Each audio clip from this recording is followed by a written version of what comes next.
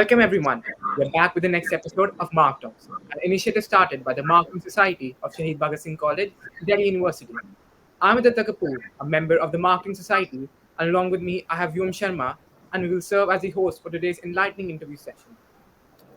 Welcome everyone. Today we have with us Dr. Sukriti Sekhri Gupta, who is a distinguished academic, holding a PhD in marketing from IIM Ahmedabad with a strong foundations from a BCom honors from SRCC and MCom from Delhi School of Economics. Currently, she is a faculty member at the marketing area of SP Jain Institute of Management Research in Mumbai. She is also a visiting faculty in National Institute of Design.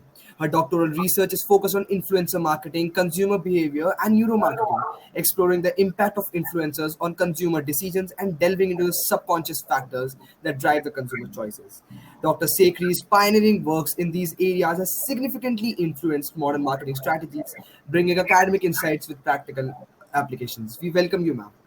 Thank you so much. That was a very kind introduction. Thanks, Aditya, and thanks, Vyo. Nice to be here. Thanks for having me. Like, greetings, ma'am. We are thrilled to have you with us today. We are both really eager to engage in a stimulating interview session with you. And now, without further ado, we'll move on to the interview. So, for the first question, ma'am, I would like to ask you that throughout your life, you have kept on adding new notches to your belt.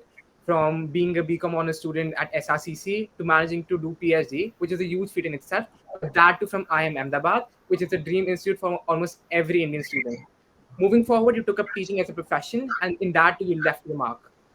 Can you please shed some light on how you managed to accomplish so much that an ordinary person can only dream of doing all these things in one life? That is a very, I think, hyperbole in the way that you're asking that question. Very kind of you.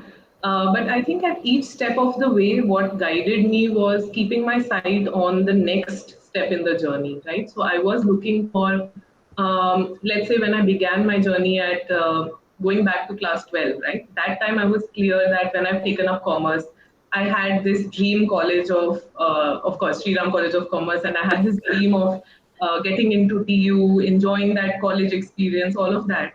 And so that time I really prepared as hard as I could. But I think there is also a little bit of that X factor, and we can only do our best at each step. So I would just, looking back, I think that mattered. Just having the right mindset, putting in my best effort.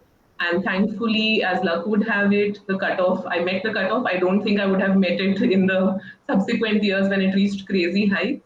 So yeah, then I made it to BCom honors. That was a wonderful experience. At that stage, I was only thinking about what's next. And many people were going for an MBA, but I somehow had this inclination to study more. And I was fascinated by marketing. I had taken up some advertising electives.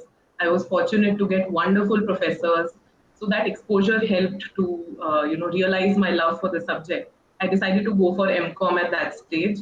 So as and when I found out what is next, then I used to find out, okay, how do I get there? So then I found out, okay, there's an entrance, you have to sit for that, appear for certain exams, and then my seniors would guide me. So I think lots of those factors help, that having that support system, having seniors I could look up to, right? And then in MCom, so again, that was a wonderful journey. There we had the opportunity to specialize. So I picked marketing, which was a natural choice for me.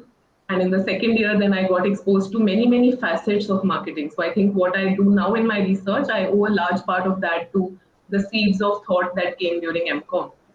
So this was 2015 to 17 when I was at D School, Department of Commerce. And then after that, again, next step, people were going for jobs, or people were thinking, okay, I'll sit for NET GRF, which is the exam after which you can start teaching. So I also did the same. I sat for NET GRF, cleared GRF. But I was then told by people that, okay, there is this PhD program where you can join straight away. Somehow, I think at the right time, I got the information.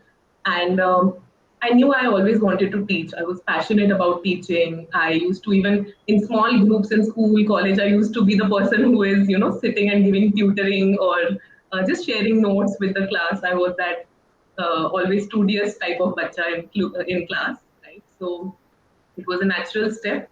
For getting to teaching, I knew PhD karni hai. Now that I knew I had to do a PhD, so I worked backward, and I realized that getting into a PhD program at that stage would be nice.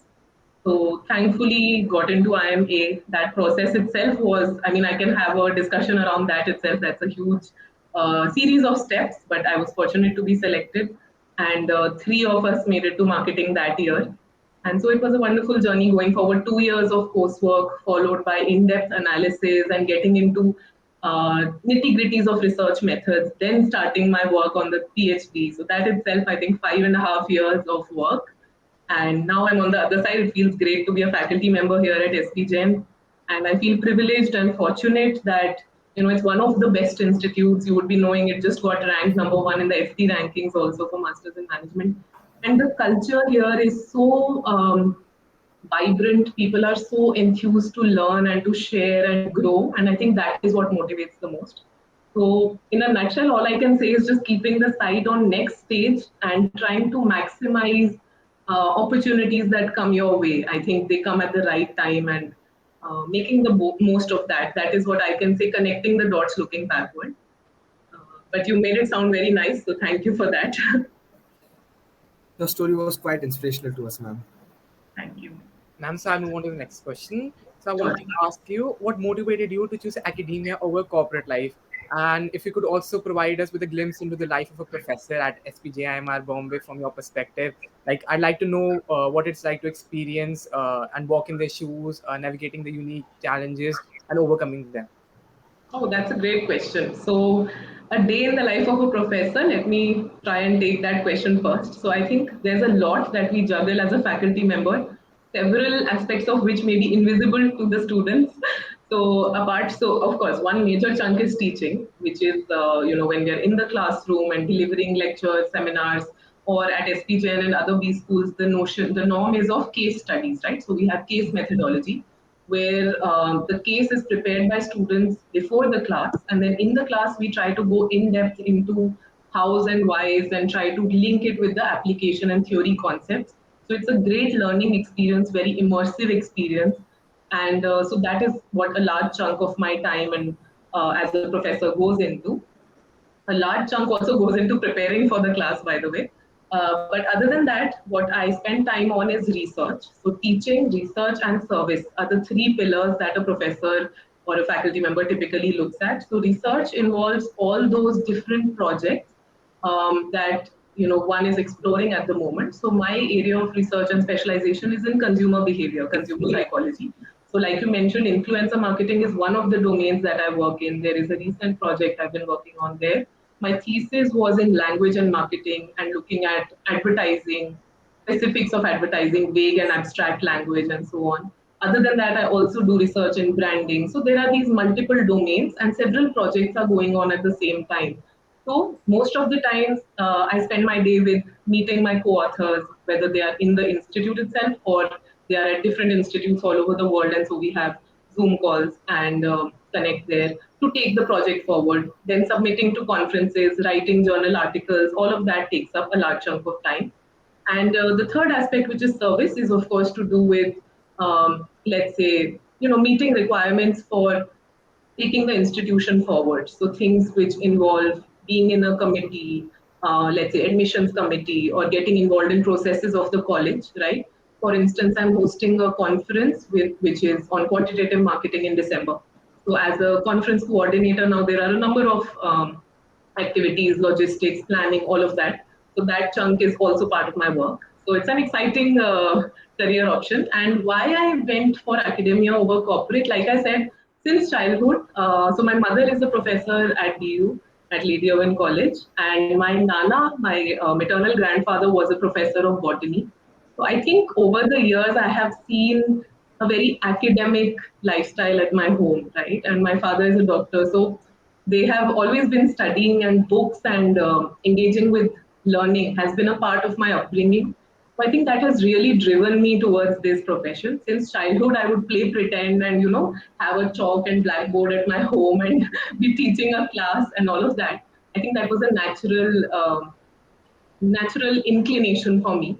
And so, like I said, I worked backward. I knew I wanted to teach. I thought, okay, I'll teach at the MBA level. So then, how do I work backward? So I had to get a PhD, and so that's how I connect the dots now. One more thing, just to add, because I'm thinking aloud of one more idea that just came to me, which is that corporate life in my head at the time, and I may have been misinformed, but as a young, undergrad student at the time, I used to think corporate life can be very dull.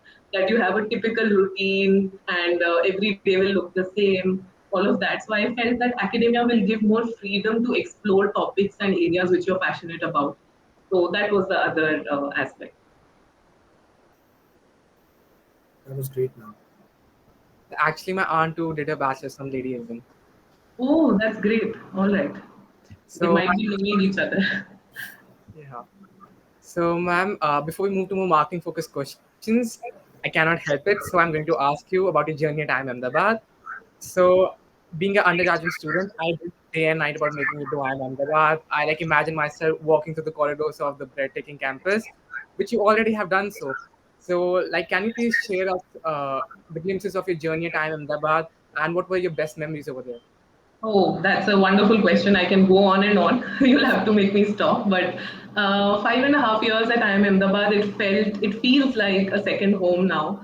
And you are right. It truly lives up to that dream college status because every aspect of it, whether it's academics, whether it's the environment in classrooms, whether it's the god-like professors, they seem to know everything under the sun. Whether it's your peer group who are from varied backgrounds and they all share that passion for learning and intellect in common, and there's so much to learn from every person who's there with you, whether in the classroom or outside. And so the environment is electrifying. It's like even when you're sitting in the mess, there are so many conversations to be had, so many things to learn. I tried to pick up as much as I could, just absorb all of that. And I think it's a way of living that IMA teaches you, especially because I was there for a longer time. So first 2 years I got to attend the MBA classes as well as do doctoral level seminars. So I think that experience was life changing. I owe a lot of the way I think and the way I proceed with even life decisions right now. I think I owe a lot of that to IMA and the wonderful institutes that I've been part of before that. So best memories, I think, will have to include one, just because that season just went by recently, the Navratri time at IMA, the Garba, and that is a beautiful experience. And due to COVID, we had some gap, but then it all came back. So that was wonderful. I think being the studious kid that I am, so I would say for me the classroom experience was amazing. I used to call up home and excitedly share details of the class with my parents and my family because it was just the way that professors demonstrated concepts. It was so different, so mind opening. I used to really enjoy that. Um, and yes, PhD, all aspects of the PhD, there were highs and lows, but I think my peer group, other PhD students who are like family now, they all help get through that. So I think the support system and the network, that would be another one. Yes. Yeah, ma'am, it's true. Like nothing can beat the Navratri vibe out. I am. Ahmedabad. So moving on, ma'am, from your unique perspective, what do you think are the most valuable skills or insights that one should have to make it into marketing? Most valuable skills and insights at the undergrad level, right? So I think one key area is just to focus on the fundamentals. I think that is true not just for marketing, for any field one wants to make it to, is to ensure that the basics and the fundamental of the subject, whatever theory we know so far, should be absolutely in place, because especially for a subject like marketing, which is both an art and a science, right? So it's good to um, get the basics right so that later when one is doing some kind of innovative thinking, then at least those concepts are in place, they are not shaky. On that foundation then one can build more and more ideas going forward. So by basics I mean everything that I'm sure at the undergrad level, at the postgrad level, what we are taught, which is marketing 101, all the concepts therein should be absolutely clear. So it's good to make use of the class time as well as outside class. If there are any doubts, I think that's what I used to follow, is to catch hold of professors. I think they are only too happy to help you. So you can find time separately and sit with them, clarify doubts. Even your peer group, people who seem to be, you know, getting their facts right, maybe sit with them, try to grasp things, because later I think is when most of the students come back and they realize that yes, those concepts actually meant something, because when you start working, all those are applied in various places and you can link it back to what you studied. So I would say getting the facts right, that's one. Second is find your source of motivation. So see what is the driving force that is going to take you forward. Is it a particular dream job that one has? Is it a particular place you want to be at?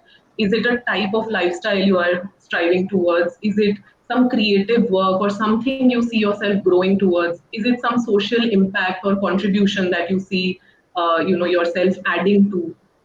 So whatever drives you, that should be something that is pertinent. Maybe paste it on top of your wherever you're studying and sitting, or just keep reminding yourself in some way or the other. Have a vision. I think that really helps to make everything seem worthwhile. So even if it's one paper out of several, which you might find a little dry, but you know ki yes, that's where I want to go. You know, wahan jana hai, right? So I think that helps to propel you forward. That's what I can think of right now. That was quite helpful for me, and I think for a lot of viewers, it will be quite helpful, ma'am. And now I would find like to address the elephant in the room, that is marketing, or specifically on in your case, neuromarketing. And I don't think that is no better person than you to ask such questions. That you have such a detailed insight into the realm of marketing that asking you such questions will obviously have a knock-on effect on all of us and will lead us to have more endless a list of endless questions. But with the time restrictions, I would like to gain as much as I can, and I would like to like make the viewers know as much as they can in this limited time. So moving on to my first question, that is like, as we till this meeting has gone, till this interview has gone, we have basically got to know that your basic area of research was you have a great interest in neuromarketing, and you have been part of lots of researches. Can you guide us the same, that how the psychology is merged with marketing and what benefits does it bring to consumers and the companies? Okay, sure. So I think there are two parts to the question. One is, sorry, one is around psychology and marketing, and Yes. then second is around neuromarketing, which is a linked concept, but I'll try and cover little aspects of both, right? So neuromarketing is a relatively nascent field, at least in our context in India, which has really come up in the past few years, where the idea is that we get to see inside the black box of the human brain of consumers, because up till now research has focused on what consumers are actually behaving like or what they say they are doing through surveys or experiments and qualitative research, but that can only give so much information. There is a limit to the information that we can get from there, whereas neuromarketing techniques, whether that is fMRI or it is EEG, which is electroencephalographic research, or there are ways to find out if a person is paying attention at certain points or not, right? So those tools really help us, and these are non-invasive procedures, but they help us to find out more and more detail in depth, devoid of biases that somebody may have in a self-reported sort of structure. So I was fortunate to do EEG study for my thesis, and credit goes to my guide and thesis advisor, Professor Arvind Sahai, and he has also written a book on neuromarketing. So during his classes on neuro-consumer behavior and neuromarketing, I got interested in this. And so one of the studies I had was, it actually involved the participants to wear that EEG cap, which has electrodes on top of the head. And so I was able to see at what points in time their attention level goes up, or they are very present with whatever I'm showing them. So my study was in the context of advertisements, and I was looking at how we write the date in advertisements, right? So whether something like coming soon, or we write a specific date like coming on 20th May. And I was able to see that for certain type of products, certain type of wording of the date was matching better, and so attention was higher, and so on and so forth. That was very exciting. And I think there are multiple opportunities and avenues opening up in terms of neuromarketing. Several firms and companies are now employing that or hiring or outsourcing that to find out more about how consumers really think, feel, and behave. And as far as psychology and marketing is concerned, that relationship is very, very deep, because I think at the end of the day, marketing, all of management really is about human behavior, right? So it's about how we all respond, how we think, feel, behave, all of that, our attitudes, our thoughts, and personality types. So I think that really plays a role. And so that's the intersection which is most exciting to me in terms of my research also, where let's say we have certain heuristics and biases, we behave in certain ways. So that's fascinating to uncover how human behavior is. And so I teach a course on consumer behavior as well, and that's always a joy. Right now, I don't know how I can get into, I don't want to get into too much of detail because I know we can run short of time, but that's an overview of psychology and marketing, and it can impact various ways of consumer thinking and behavior. Yeah. That was really insightful, ma'am. Also, it becomes very evident from your research work that you're extremely interested in the intersection of linguistics and marketing as well. So, could you please share insight about the role of language in marketing? Definitely. So that's also a field where there is growing interest, and maybe I'll talk in brief about a couple of my research papers. So, like I just said, one of them is around this coming soon versus date idea. So, if you look at the topic, that's around abstract versus vague language in ads, right? And so, if we say something in a very, sorry, I said abstract and vague, I meant abstract and concrete language. So, if you say something in a very concrete or specific way, or if you say something in an abstract or vague way, those two can have different impact, right? So that is one body of research that I was looking at, and one would think it's such a small change. Everything else in the ad is same. Only thing that we change is instead of coming soon or launching soon, we say coming in a week. But that small shift can also change the way that consumers perceive that product. They can perceive it to be farther away from them, nearer to them. They can perceive the product to be more ready or less ready, right? Small changes in that language can impact consumer perception. Another project I'm involved in is around influencer marketing and language, where we are looking at assertive and non assertive language.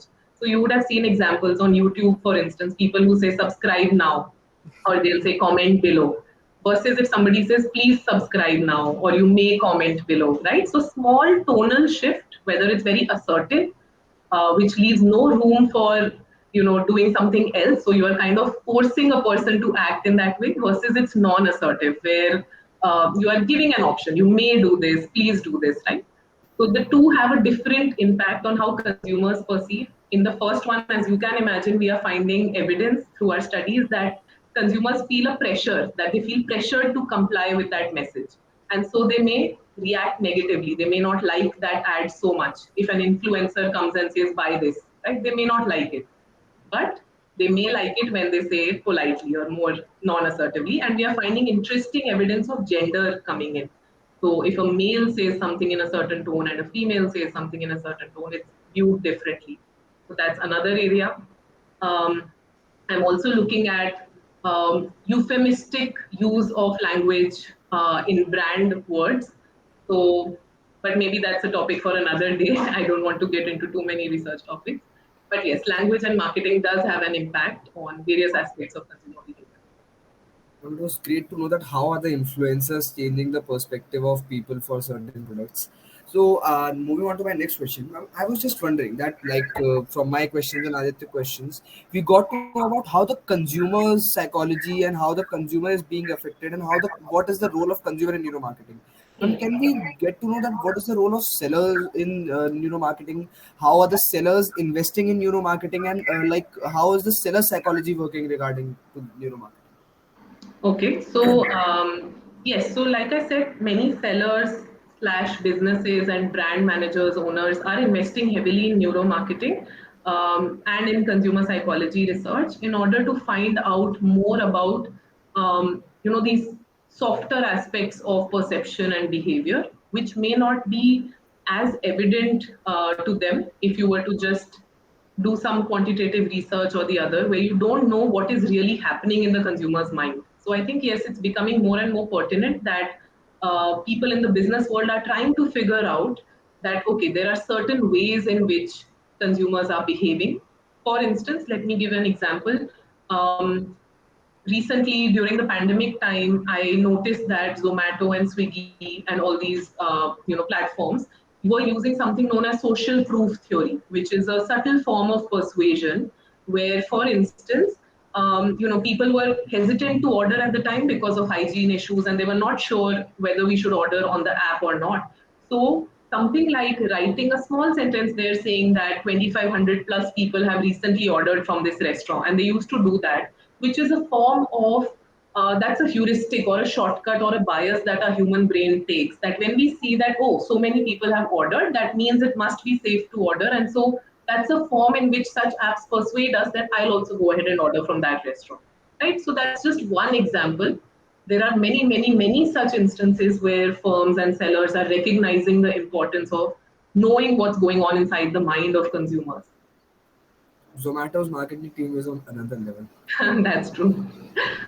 What with their witty messages and Yes, everything, which sir. are very personalized. Absolutely. Yes. I have to say that these terms will sound like very academic before the interview, but after talking to you, they seem very realistic.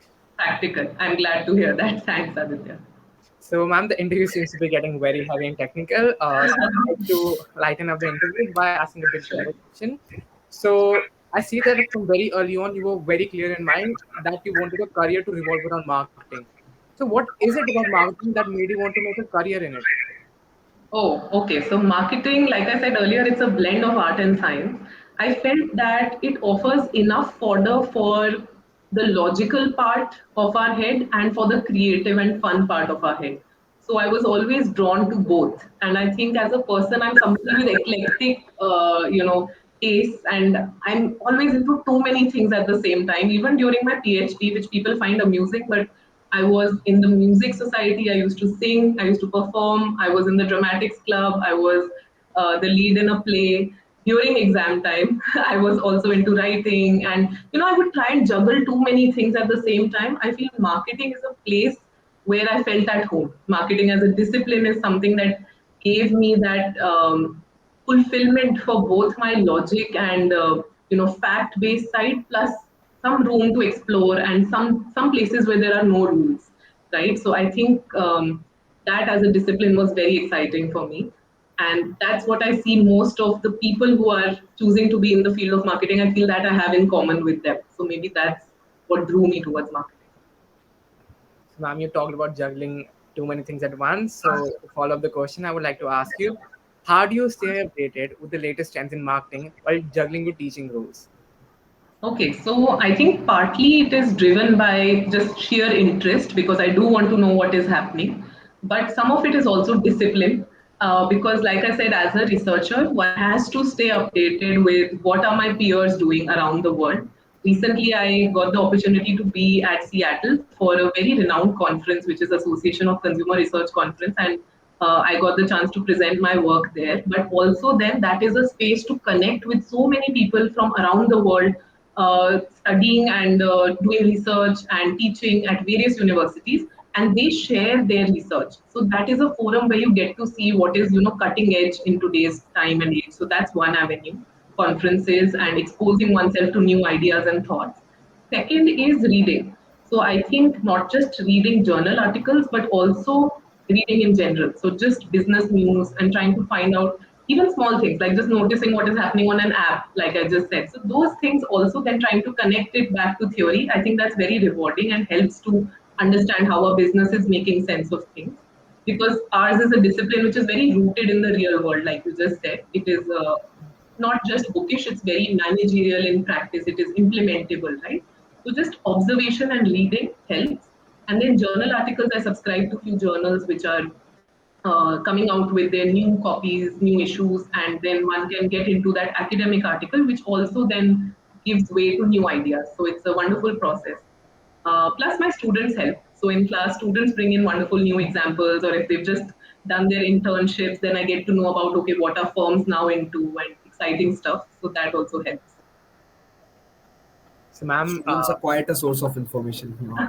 Definitely. ma'am, before I move to the next question, I will again say the same thing. How do you manage to do so much? Because I say the moment I open your research work, the list never seems to end. You've been to tons of conferences, been doing loads of research work, and you have a long list of working papers. Kudos to you, ma'am. Thank you so much. I think it's an ongoing journey. I strive to do as much as possible, and there's a lot of learning involved. So I think I'm still learning and growing. Yeah, but thank you for being kind. So I'll ask the question then. Since your personal has achieved great career heights and you have seen and guided many young individuals achieve their career goals, can you also please provide guidance to the young individuals watching this interview?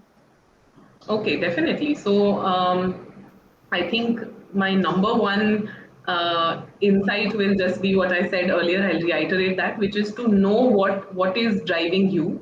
And for each individual, that answer can be very different. So I'll just say that connect with yourself, connect with that part of you which is striving for some higher goal, figure out what that is, and then don't let go. So just work towards that. That is the first insight. And second thing is just whatever you are doing, whichever field you are in and wherever you want to go, just try and get the basics right, fundamentals right. Again, reiterating what I just said, but then you can build on that and then you can go further. But try to give it your best. I think intention matters more than intention and honest effort matters more than at times, getting into some fancy, I'm taking this course or that course or this textbook, that textbook. Maybe all that is still secondary, but our pure intent and honest effort towards directed action towards a goal, I think that really helps. So having the right mindset, and if that is something that you're struggling with, I think seeking help is a big plus point where we hesitate, but there are so many people who are happy to help. So just taking that first step, ask a peer, ask a classmate, ask a professor, ask a senior. They are only too happy to help, and sometimes that gives lots of guidance and mentorship at the right time. And I'm saying this because I have been fortunate to receive, words of wisdom from my seniors, my colleagues, and professors at the right time. So that really helps. That's true, ma'am. Right guidance can change the entire course of one's life towards better. Definitely. I think that we have a little bit time left to adjust just one more question. I just want to know as much as I can from you at this point of time now. So, like we discussed in middle that the influencer marketing, we know that it has been a upward shooting trend right now. Influencers are getting paid loads and loads and tons of money to do like basic ads to come and advertise for companies to become a brand ambassador. So, like, to what extent can you tell us to what extent are they influencing the consumers? Like, does the consumer only buy the product because yeah, I love that influencer, I follow him every day, he does this, so I'll do this, or is there something else involved in all that? Okay, that's an interesting question. So I'll answer not just from my research, but from what we know from literature, from other, researchers' work. So there are a few aspects there. First is the goal may not always be to get people to buy the product. Sometimes the goal could just be to create awareness around the product or to create an image or brand personality for whatever is being advertised. So, what influencer marketing does is it can link the product or the brand with the persona of an influencer. And so that's where research also shows us that it's very important to find the right alignment of it. So earlier when influencer marketing was nascent or in the early stages, that's when marketers were not focusing on this. They were just sending their, let's say it's a makeup product, right? But they'll send that makeup product to various influencers, whether in health space or in food space or childcare space, right? And that would not be a good fit. Nowadays, more and more business people are realizing that it's important to merge that with the personality of the influencer. And so you should only go for, let's say, makeup artists if you're talking about a makeup product, right? Finer details of that are also important. So looking at the lifestyle of the influencer, whether that is a good fit or not, that's important. So that congruence between influencer personality and the brand image are important. And I got to experience some of this firsthand because during the pandemic, like I said, I have various interests. So I had started a cooking blog, which was I used to share recipes because I was learning at the time. That was the first time I started cooking, and so I used to just put up. That was like cooking plus teaching at the same time. So I used to teach easy ways to cook, and so that blog ended up getting around 2,500 followers, and so I would get offers from brands to be their influencer, right? So that is where I realized that, oh, there's no matching. They're giving me some jewelry or they're giving me something else, whereas there were some brands which matched that, and they would give me some organic food product, and I felt okay, this makes sense, so I would take that up, right? So that's one. Second is also looking at aspects like how many followers the influencer has, how intimately connected they are to their audience. So some people are under the misimpression that if a person has many followers, that's a very good influencer. But research has shown that micro influencers who have less than 10,000 followers can actually be more connected and intimately knowing their audience. And so perhaps the degree of influence they will have will be higher. So people will take their recommendation seriously. People will feel more like part of their family versus if an influencer has, let's say, million plus followers. So people may not feel that connect. They may feel more like a celebrity and distant from them, right? So that's a counterintuitive finding. So those are two factors which I can think of right now, but there are many others in the research and literature which we can refer to. Man, sorry, man. When Go like you ahead. said about that, like follows like million plus, but these days trend has been going of vloggers. the vloggers who like record their day-to-day lifestyle, basically lifestyle vloggers Yeah. who record their each and everything. So there is a level of connect somewhat because they are sharing each and every small detail. Is like in that case also does it apply the follower thing? That's an interesting question, and that is something I do want to explore whether something like stories or these vlogs versus other static posts, do they also have a difference? Because there has been research around authenticity of influencer marketing and influencers who are perceived as more real, as more authentic, versus there are other influencers who are perceived to have a constructed or a fake personality only for the purpose of getting views, right? And so, of course, research shows that people do value authenticity, which is the case for all kinds of endorsers. Even if you go back to celebrity endorsements, then literature tells us about that as well. So you have a valid point there that perhaps something like blogging or where you are showing snippets from your real day-to-day life, that might help bring a connect closer. So maybe we have a potential research question there to explore here. Thank you. Again, I will say the same thing. How do you manage to do so? Because like, you're also a chef. The sheer diversity of things you've done is really mind blowing. Thank you. You're very sweet. Thank you. You're I very think kind. we should wrap up with now with the interview. Thank you so very much, ma'am, for taking some time out of your hectic schedule. We are indeed grateful to have you today with us, and we hope that our viewers enjoyed the interview as much as we both enjoyed. We both enjoyed taking various insights and guidance from you, and we hope that the purpose of Mark Talk was served. Thank you so much, ma'am. Thank you so much, ma'am. Thank you Hope so you much. had a great time. Thank you so much, Vyom and Aditya, and the entire team at SBSC for inviting me and for having me here. It was wonderful to interact with you. And yes, I hope to stay in touch going forward. Thank you. Thank you. Hope you had a great time. Yes, I did. I really enjoyed the conversation. Thank you. Thank you so much, ma'am. It was it was a great interview. Like we actually enjoyed it. It was not like a monotonous one, but we got to know a lot about marketing. Like genuinely, I was interested to make a career in marketing.